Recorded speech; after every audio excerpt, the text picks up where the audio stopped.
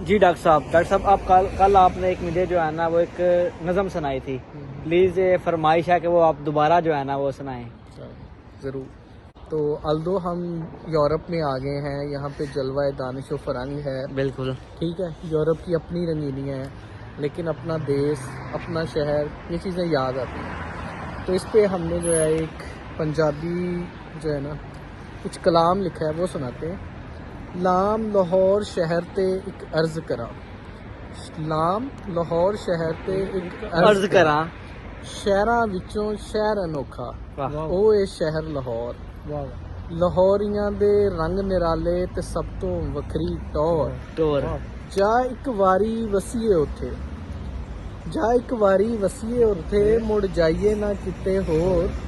ਪਰੌਹਣਚਾਰੀ ਵੱਧ ਇੱਥੇ ਦੀ, वाह ਪਰੌਹਣਚਾਰੀ ਵੱਧ ਵੱਧ ਇੱਥੇ ਇੱਥੇ ਦੀ, ਦੀ, ਨਾ ਹੋਵੇ ਮੁਹੱਬਤਾਂ ਵਿੱਚ ਥੋੜ। थोड़।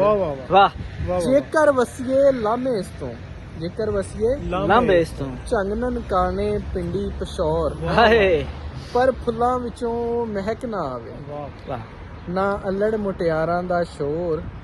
ਯਾਦਾਂ ਦੀ ਫਿਰ ਰੜਕ ਨਾ ਮੁੱਕੇ, वाह ਯਾਦਾਂ ਦੀ ਫਿਰ रड़क ना मुक्के। ना मुक्के दिलां विचों तोड़।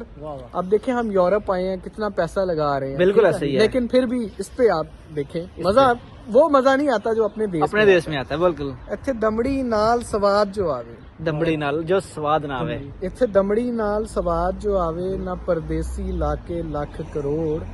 ਹਾਇਓ ਸ਼ਹਿਰ ਲਾਹੌਰ, हाय ओ हायो शहर लाहौर। डॉक्टर साहब मुझे ये बताएं कि आपने ये जो नज़म लिखी है इसके पीछे क्या स्टोरी थी और कितने दिन लगे आपको ये लिखते हुए?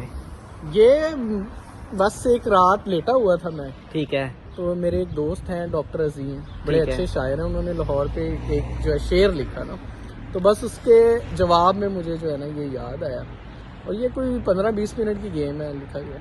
वाह क्या बात है डॉक्टर साहब, वेल डन, वेरी गुड।